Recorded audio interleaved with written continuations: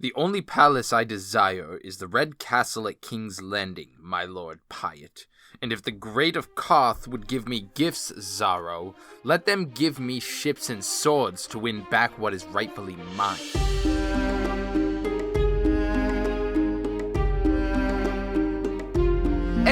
Hey everybody, and welcome to another episode of Brotherhood Without Manners, your favorite full spoiler reread podcast of George R.R. Martin's Song of Ice and Fire series. As always, I'm your host Zach, and sitting here next to me is my old as fuck brother Nate. Do you want to try that again? Oh man, he is upset about this one. Wow. So, I feel like it's been forever. It does feel like it's been a long time since we've recorded. I don't think it's been all that long, but it's been quite a while, it feels like. We did record a group of them. Aria 6 was like 2 weeks, so it might have been like a couple weeks, actually. Yeah. It's crazy. It's weird. It is weird. Hey, everybody. What up, guys? If you've joined us before, then thank you for coming back. You know already that we are full spoiler. We will spoil the ends of these books. Jon Snow gets stabbed to death, and he does not resurrect like in the show. Well, we don't know yet. But we'll never know, because Winds of Winter has 5 months to meet the deadline that George R.R. Martin put on himself last year, when he said he would have a published copy in his hand at Worldcon. Well, that's July 29th, Matasuko. Anyway, if you're new here, thank you for coming. We, last episode, read Arya 6, and it was a doozy. Arya arrived at Harrenhal. Yeah, so we kind of learned what happened to the remainder of her group and the people she was traveling with. Yeah, they got tortured and questioned, mainly about Beric Dondarrion and who the fuck was with him and where the fuck they were going. But they didn't really get any accurate or meaningful information from that. And then from there, the Mountain decided that they would march. And so they did, and it was shitty. And then they arrived at Harrenhal, which was even shittier, where each day someone was picked. No, that was on the road to Harrenhal. People were being chosen to be questioned. Actually, it was before they even left for the road. Yeah, and then at when Harrenhal, they got to Harrenhal, they got divvied up. And she got a little mouthy, Arya did, and got assigned to Weiss instead of being in the kitchens. Which I didn't realize you were gonna use my Weiss voice for the cold open on the Arya. Oh, that was a good one. I liked it. Yeah, he's gross. I don't like Weiss. I like Weiss for Arya's interactions purposes is interesting, but anyway, this episode we are reading Dany 2, and so in Dany 1, which has been quite some time, we're almost halfway through Clash of Kings and just now getting to chapter 2. Dany's been was having a rough go of it in 1 after the loss of her child and husband Khal Drogo and the complete just loss of the Khalasar. Yeah, falling apart of the Khalasar after Drogo's death. And the few stragglers that remain, we're all weak women, in the Red Waste, or children. They were fucking dying due to lack of water, starvation, nowhere to go, and eventually they stumbled upon Vaes Taloro, the city of bones, and they started setting up camp there, getting ready. And we, if I remember right, decided that she was there for at least a few months, long enough to have her Blood Riders venture forth and return. And the final one brought with him 3 Seekers. The Merchant Prince, Xaro Zoendoxus, the Warlock, Piet Pri, and lastly the Shadowbinder, Quaithe. Yeah. From Asshai. And so we get quite a jump here as well, but at this point we can assume that Dany and her people have been gathered up from Vaes Taloro, the city of bones, and have left and made their way to Qarth because they're arriving at Qarth. There are men on the walls of Qarth that are beating gongs to herald their coming, and a caravan of camelry rode out as her honor guard for the city.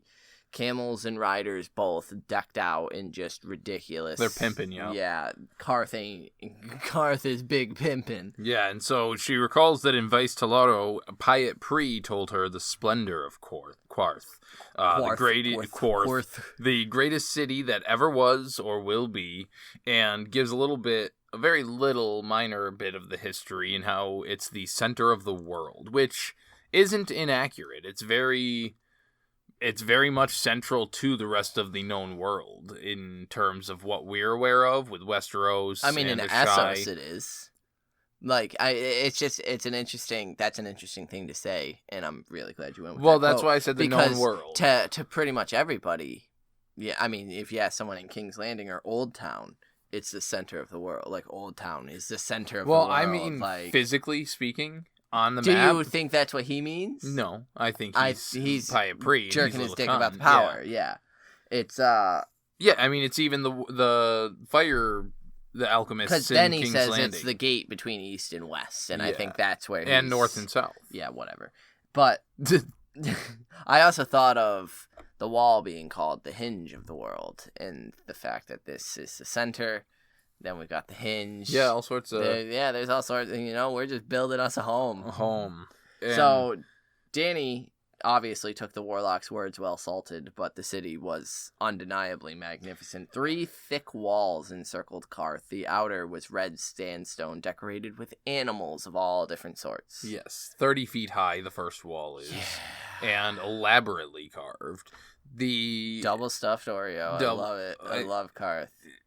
They've got the triple layers, yo. I guess. I suppose. So the middle wall was a gray granite and carved with scenes of war and battle.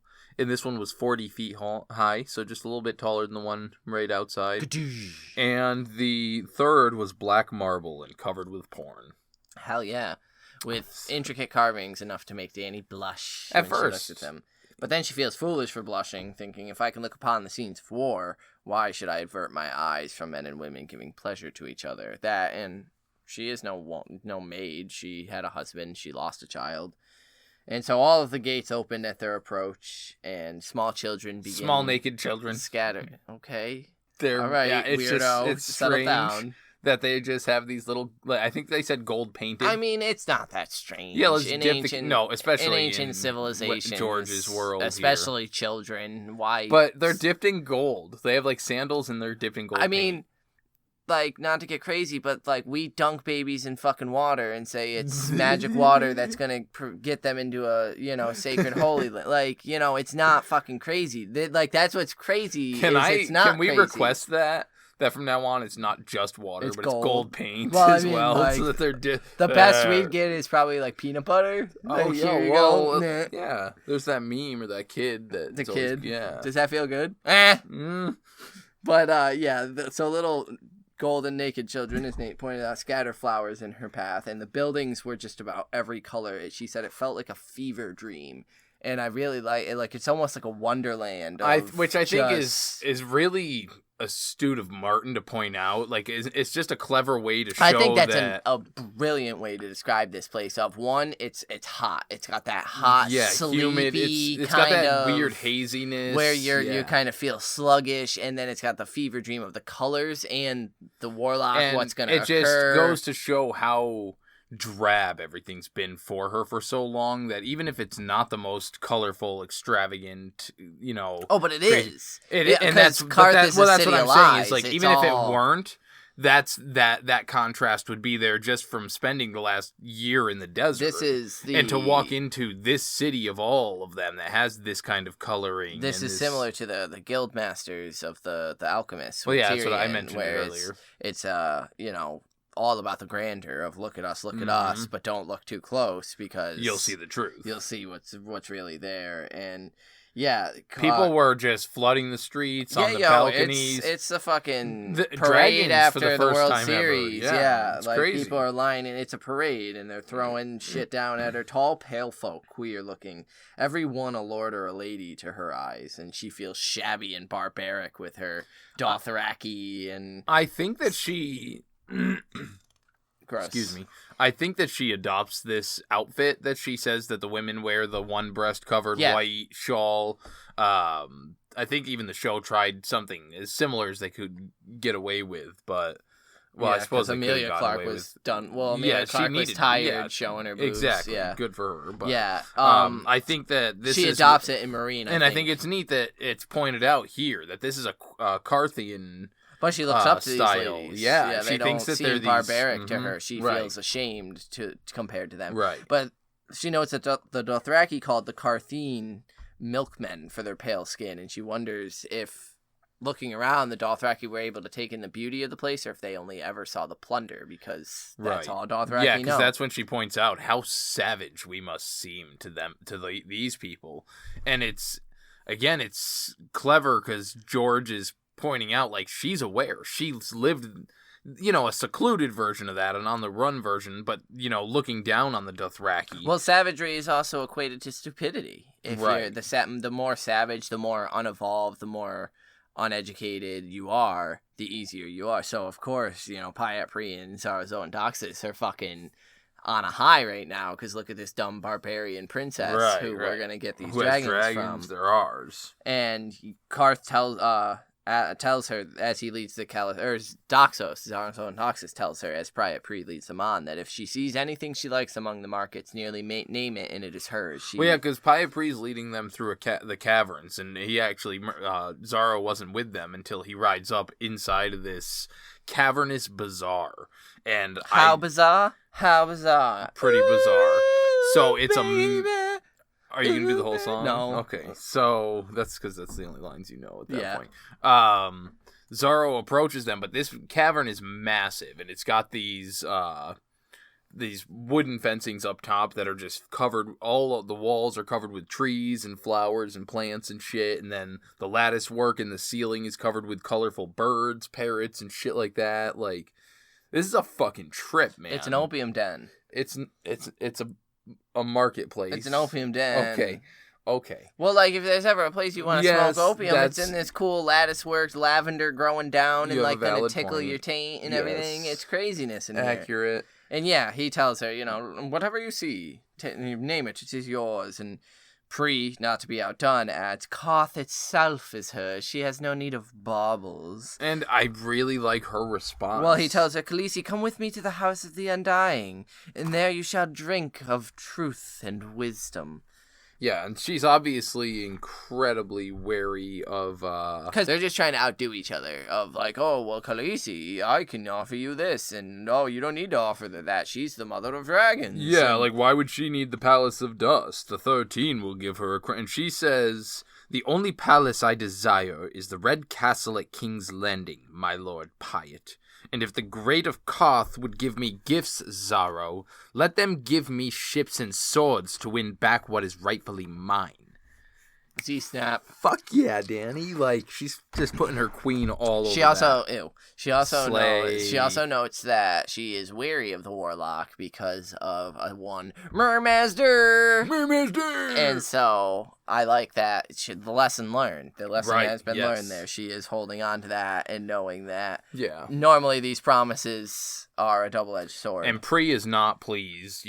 Pri is not pleased. I'm not pleased, Dany. I'm not pleased, Dany. Yeah, so he as you command, my queen. And Doxus, you are wise beyond your years. Truly, there is a saying in Qarth. A warlock's house is built of bones and lies. And she points out that, but even here, you said that the warlock's power is revered and respected. And he says, once they were mighty. She's calling his lies. She's catching him in his lies already. Yeah, you're doing double talk. You're fucking saying, oh, Pyat Pri. And he's smooth because he flows right into a new thing. Once they were mighty, but now they read their crumbling scrolls and drink their shade of the evening until their lips turn blue and they are but hollow husks. So Pri's gifts will turn to dust in your hands, I warn you. Yeah. And then he leaves because he's dashing. For some reason, when he mentioned this, it made me think of the Night's Watch. This once powerful, revered group that was, capable and strong, dominant, similar to the Alchemists. But for some reason, I thought more of the Night's Watch, that they were this massive force tasked with great things, capable of great things. They sit on the wall till their lips turn blue. Just a husk of what they were. It was, shivering till their lips turn blue and reading their old scrolls of previous rangings. Right. Yeah, no, that's a good point. But yeah, so Doxus leaves, and Jorah, says, oh, you should avoid both of them. The crow calls the raven black. Yeah. And I thought that was just a fun, fuck you, Martin. Just throwing in those types of words. Like, you always immediately, raven, crow, Night's Watch, corn? Huh? But yeah, he essentially says, we should get the fuck out of here quick. I don't like this place. And Dany says that the place smells sweet enough to her, and he says sweet smells are often used to cover foul ones.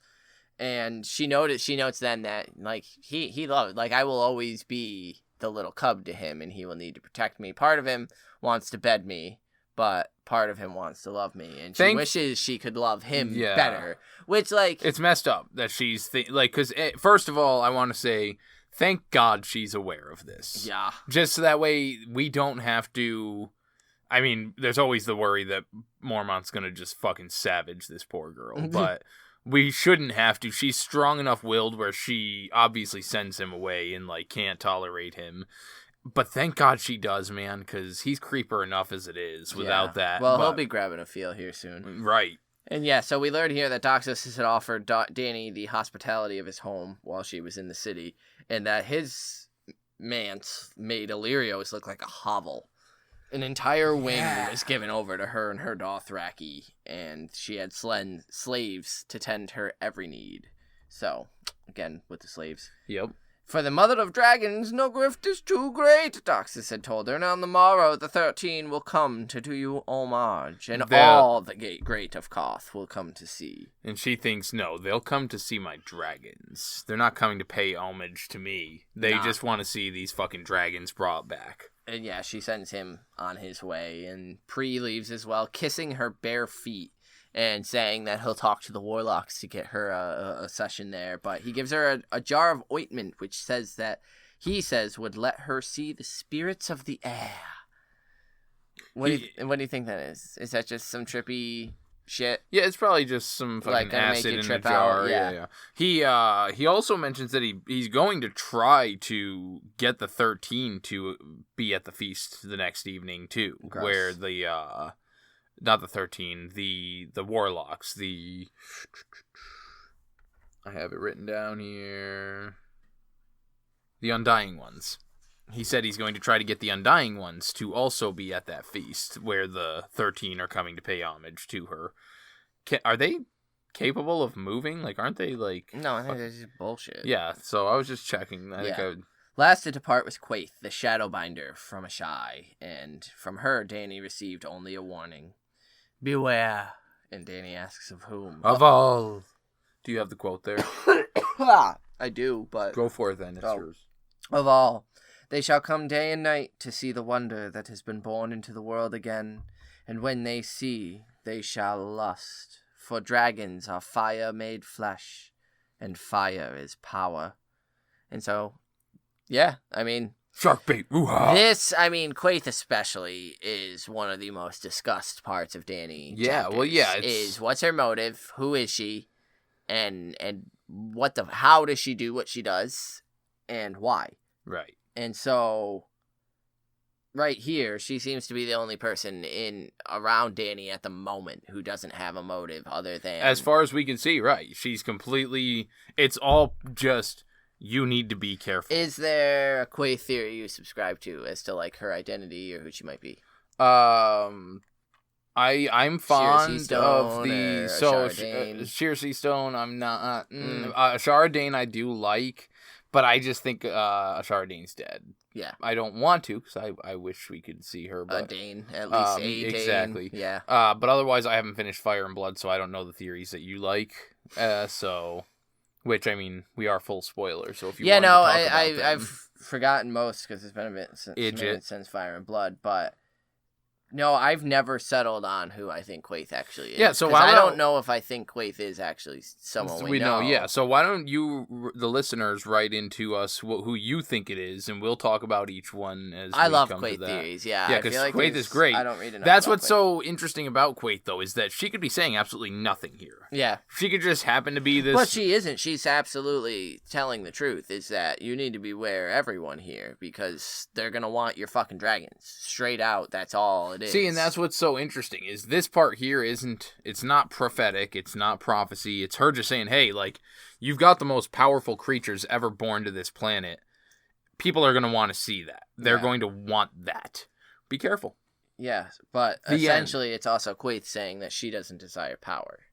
True. So it's this interesting reveal of her. Maybe not. Maybe she does desire the power, but she's playing the long game. Mm-hmm.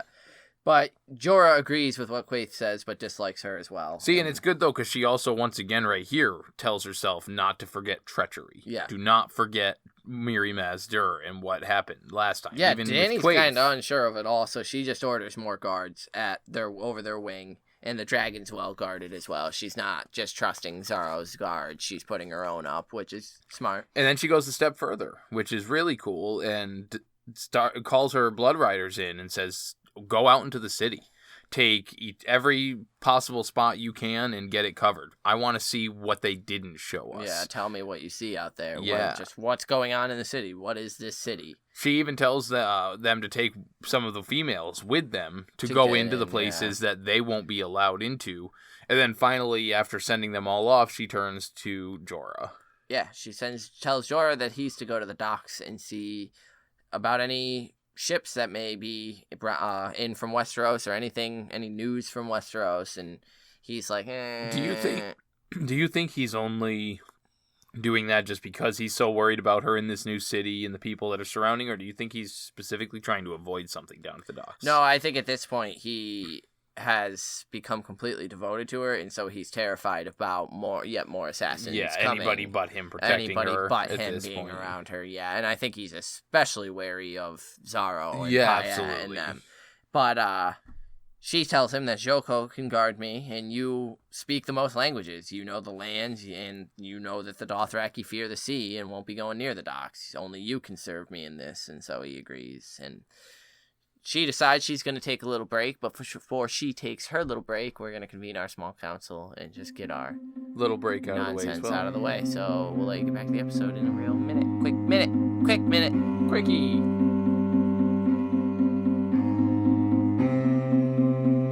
Welcome to the small council.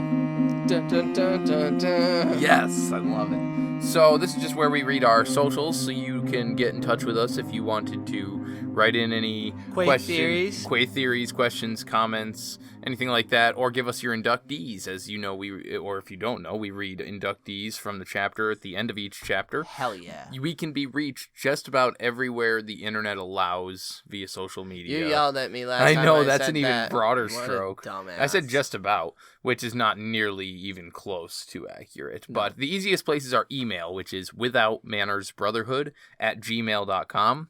We are also available on I'm available on my Twitter @mannerswithout. You're available @Carstark92. Sometimes you do stuff on Instagram, which is also @mannerswithout. We have... You're an asshole. Zach's fucking with shit that he shouldn't be during a recording session, and it's nonsense. You're nonsense. We have a Facebook page where you can tell him yourself about the nonsense that he's into. That's facebook.com/brotherhoodpodcast.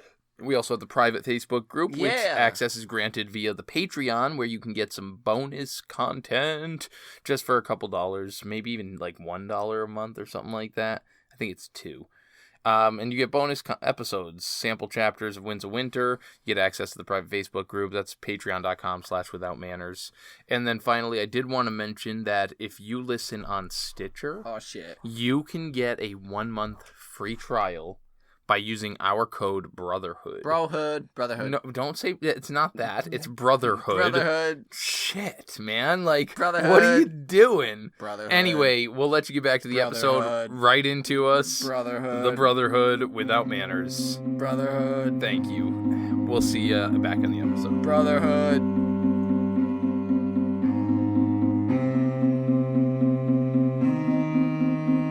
Guess who's back again? Not Jorah, he's still down at the docks. So Dany's like, alright, when everyone's gone, she puts on a little Manilow, gets a little champagne, throws a bath bomb in this jacuzzi, and just heads on in there. And it's dope. So she heads into this marble bath in her wing, and it's fucking odd. Like, this bath description. It's got goldfish. And it's got fucking... Yeah, these little fish swim up and start, like, nibbling, cleaning her. Like, little dirt-eating fish. Little sucker fish. It, like, tickles, and she's... and it's all giggly girly. And then she starts just bath thinking, man. Just #shower thoughts, man. Fuck. And yeah, she begins wondering if the Red Keep has a pool like this. It must, she thinks, of how beautiful it is. Viserys told her that the Red Keep was the most beautiful place on the planet. It's fucking not. Well, she said that he told her that the 7 kingdoms were the most beautiful places in the planet, which would include, like, just the way that he talked up this whole fucking continent. And it's not nearly. I mean, there's locations. It's the world. Like, yeah, the North is fucking awe-inspiring and beautiful. If you're if you're captivated by the beauty of the harsh, rugged Or north. you can go down to Highgarden and just look at the beautiful which seems field. more of what Dany would be looking for. Oh, absolutely. King's Landing is not Highgarden. No, not by all. fucking any means. Much more a Bravos feel. Yeah, and so I thought that was interesting. She thinks how thinking of home makes her think of Drogo, and that all that remained of his Khalasar were her blood riders, and that the Dothraki slaughtered cities. They didn't rule them. They didn't look over the cities that they sacked. They just decimated them. And then comes these fun little lines here that I wrote down. Truth. Dany had no wish to reduce King's Landing to a blackened ruin full of unquiet ghosts. She had supped on enough tears. I want to make my kingdom beautiful, to fill it with fat men and pretty maids and laughing children. I want my people to smile when they see me ride by, the way Viserys said they smiled for my father. But before she could do that, she must conquer. Command and conquer. So with that paragraph right there, I would just like to point out that most people are kind of wrong about the way D&D wrote the last season of the show. Clearly, burning them is perfectly fine while she's conquering. However, not to say that they did it in a good way. Let's not bring up the show. Another thing I would like... Yeah, settle down, free folk. Yeah. Another thing I'd like to point out is the fact that we were just told a couple chapters ago in Cat, when she met Brienne, that in the songs, the maids are always pretty. Always. And so she wants her kingdom to be beautiful with fat men, pretty maids, and laughing children. She's writing her song. That's a fucking song, sweetheart. She's not telling the truth. What's actually... That's first, the ideal. she must conquer. Yeah, that's the ideal. That's the end game. That's the goal, is this Qarthine-like city where the children get to run naked and throw flowers. Well, because it's funny, when she said fat men and maids, I was thinking...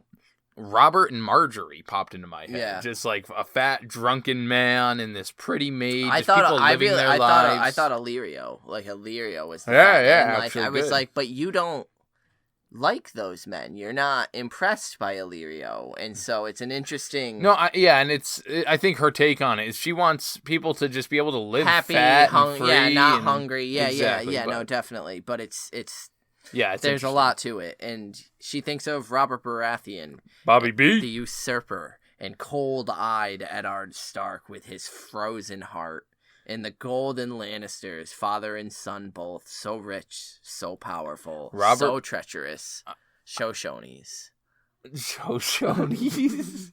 I liked that she called them Ned and Tywin Robert Baratheon's dogs. I like that she calls him cold-eyed Eddard Stark with his frozen heart when we know Ned Stark to be... So, which, we've always gotten that from her. Everyone's the hero of their own story, yeah, man, absolutely. And everybody else is the villain. I was thinking of how Sandor is Joffrey's dogs. Mm. And, like, the mountain is Tywin's dog, in a sense. Yeah. And so, like, for Ned and Tywin, first of all, Ned hates Tywin. He fucking hates Tywin. For them to be associated. And that's what makes it, it's like, you wish that Ned could have sat down with Dany and been like, I called off the assassination twice. I turned in my hand to the king badge. Like, I was like, nah, yo, fuck, dude, you can't be killing babies and bitches. Yeah, I'm it's sorry, not how it but works. your father was insane. Like, your brother was chill.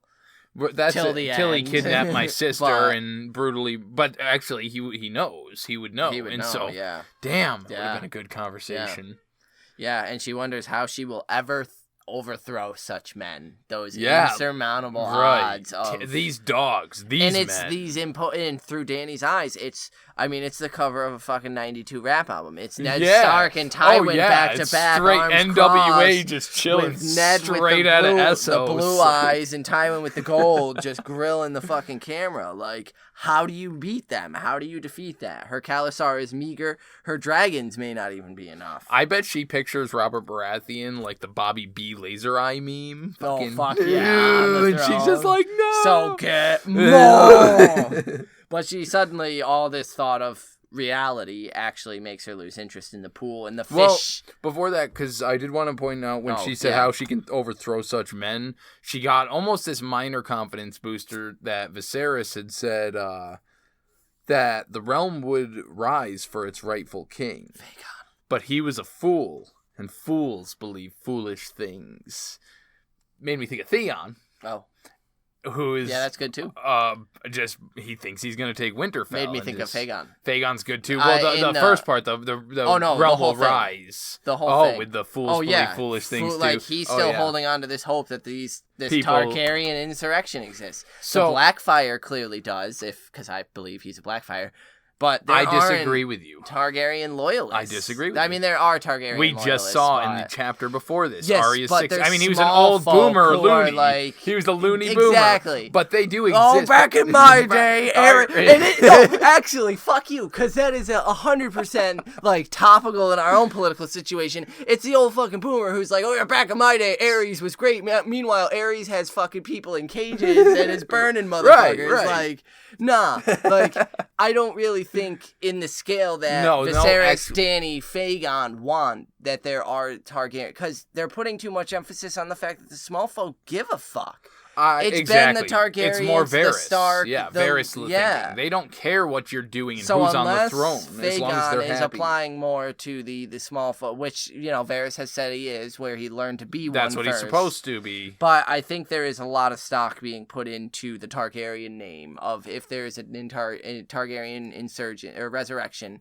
that the small folks are gonna fucking rally and rise to the cause and be fucking grateful for it. I don't think it's gonna happen the way any of these Targaryens, air quotes, want it to. But yeah, as you mentioned, she got a little anxious and gets aggravated with the fish, and so she calls for her slaves, handmaids, Eerie and Jiqui, to dry her off. Dress her and dry her. She thinks to the comet, and thinks that it had led her here for a purpose if she only had the strength to take what was offered and the wisdom to avoid any traps along the way. And so Jorah returns at eveningfall, and when he does, he has Qohora Mole, the captain of the Cinnamon Wind out of Tall Trees Town. Do you know which one the Cinnamon Wind is? Do you know that Tall Trees Town is my favorite place place ever? You should put a Tall Trees Town into your D&D campaign. Yes. I want to go to Tall Trees Town. But are you familiar with the Cinnamon Wind? Cinnamon Wind, no. So let me give you... Have we seen it already? Not yet, but right. The Cinnamon Wind is the boat that Aemon Targaryen dies on. Well, so if you didn't know, Samwell Tarly and Aemon Targaryen will be taking the Cinnamon Wind. I wasn't ready to talk about that. Aemon will be dead. R.I.P. And then when stuffed into a bottle. When that boat returns to Old Town with Samwell Tarly, it stays docked long enough for Marwyn the Mage to decide he will be taking that boat to go and meet Dany so that he can rescue Daenerys Targaryen. So is Qohora Mole still there? He was, last I recall. So he may actually get a chance to return to Dany and be like, yo, what up, bitch? Right, I want my gift. So he greets Dany in High Valyrian of the free city. Badass immediately. And he's from the Summer Islands. Hell yeah, he is. And he brings her news from Old Town. Well, a gift. He offers her a gift from his last... What gift? Yeah. A gift of news. And Bobby B is dead, yo. Bobby B dead. He be dead. He be dead. And so he starts this little jig about how badass he is for delivering the news. Outside, dusk was settling, but a sun had risen in her heart. And at the news, Drogon hisses. I don't know if there's... I think it was a hiss of pleasure, kind of like hurt like this... The same way the direwolves react to the emotions of It's the like a sigh of relief from Dany coming from him is how I pictured it. She asks how, and he tells her about the boar, and then some of the rumors that some say, it was Lord Stark who did it, and blah, blah, blah. Yeah, well, she thinks he sent me poisoned wine, yet I live and he is gone. Wrecked. Accurate. And... The usurper's large shadow had lain across her since birth, and now, this stranger... lifted that shadow. And he says that Joffrey reigns, but it's Lannisters rule now. Robert's brothers seek the crown, and Lord Stark has been seized for treason. And Jorah's like, nah, I don't buy it. Way too honorable. Not Ned Stark. He would never. And she immediately asks what honor he could possibly have. And right there it is. she doesn't ask for. What do you mean honor? This is explain. No, it's just he's this. What honor could he possibly have? Yeah, and she's pleased that the usurper's dogs are fighting each other. So she asks when he plans to return to Westeros, and he says not for a year or more. And she's kind of disappointed by that, but thanks him for his gift and sends him off. And before he goes, he says that he's been repaid amply because he's gotten to see dragons. And she laughs and tells him, well, come see me when I sit my father's throne in the Red Keep, and you will be even more greatly rewarded. And he leaves, and Jorah's like, yo, you kind of shouldn't immediately be telling everyone that we're heading for the Red Keep to, like, take your throne back. That's probably something we should keep on the download for right now. And she's like, but fucking why? Nah. Let him tell some peeps. Like, I am. And he tells her that Robert being dead changes nothing. His son rules now, so we still need to fucking tread lightly. But she disagrees. She says it changes everything. Everything. And she compares that what's happened in King's Landing to Drogo's Khalizar. And what a fucking... God damn Even it. now, the Seven Kingdoms fly to pieces as the Khalizar did when Mycall died. Yeah, and so it's funny because I was reading this Reddit today that I just thought was crazy about how stupid Balon Greyjoy is for trying to claim the throne and the crown and stuff, saying, he's trying to conquer the North. And I just disagreed because I was like, of all the times, this is the best and only time he could when there's 4 kings. Low-hanging fruit, yo. Because you're not likely to have all 7 kingdoms attacking you at once. You might have these 2 down here that have allied. You might have those 3 over there. Your transfer and allegiance goes up. Yeah, exactly. All sorts of things. And so I think it's very astute of Dany to notice that type of as soon as the leader fell, infighting, and it just split and broke off. That's exactly what's happening. I'm not saying, because Jorah's like, well, you're going to need armies, and you're going to need ships, and you're going to need swords, and you're going to need and she's like, I know I'm going to need all that. Obviously. We needed that before this happened, though. But now we have this chaos of a ladder to help us along our way. I guess Peter Baelish isn't there. Shancha. Yeah, so I just thought that was cool that she thought about that. Yeah, she takes his hand, realizing that he still thinks me a child. He thinks he must protect me. And sometimes he thinks of me as a child he must protect, and sometimes a woman he'd like to bed. But does he truly ever see me as his queen? And she tells him that she is not the girl he met in Pentos. She is born a child, burned a call, crossed the Red Waste and the Dothraki Sea. Mine is the blood of the dragons. And so is Viserys. And I am not Viserys, she says in a deep, deep monotone voice. I am not Viserys. And he admits, no, there's more Rhaegar in you, but even Rhaegar could be slain, as Robert proved, and even dragons can die. And she says, dragons die, and gives him a little kiss on the cheek. But so do dragon slayers. And that's the end of Dany 2. What a clever last line. I mean, Robert's dead. Robert the Dragon Slayer. How come he was never called the Dragon Slayer? Can I ask that? Rhaegar Targaryen, a dragon, like Robert Baratheon, the Dragon Slayer. Why the fuck was that badass not given that title?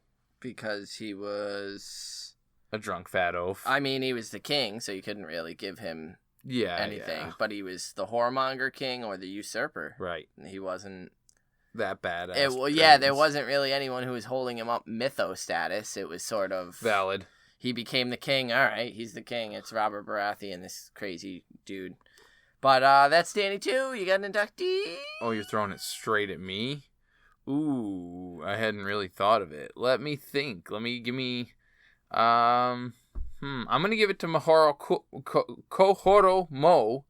I had him flip-flop there. Just so you can again and dance when he pops up? No, it's mainly because this is the first reread I've ever noticed where Cinnamon Wind. We see where I catch that the Cinnamon Wind is here, and like this motherfucker's gonna drive, captain the ship that Aemon Targaryen dies on. Yeah. And like, what a badass to be captaining that boat. Yeah, we meet him here at Dany's visit to Qarth. Yeah, it's pretty sick. Yeah, mine's gonna go to Pyapri. Yeah. Because the Warlocks, man, I love what happens.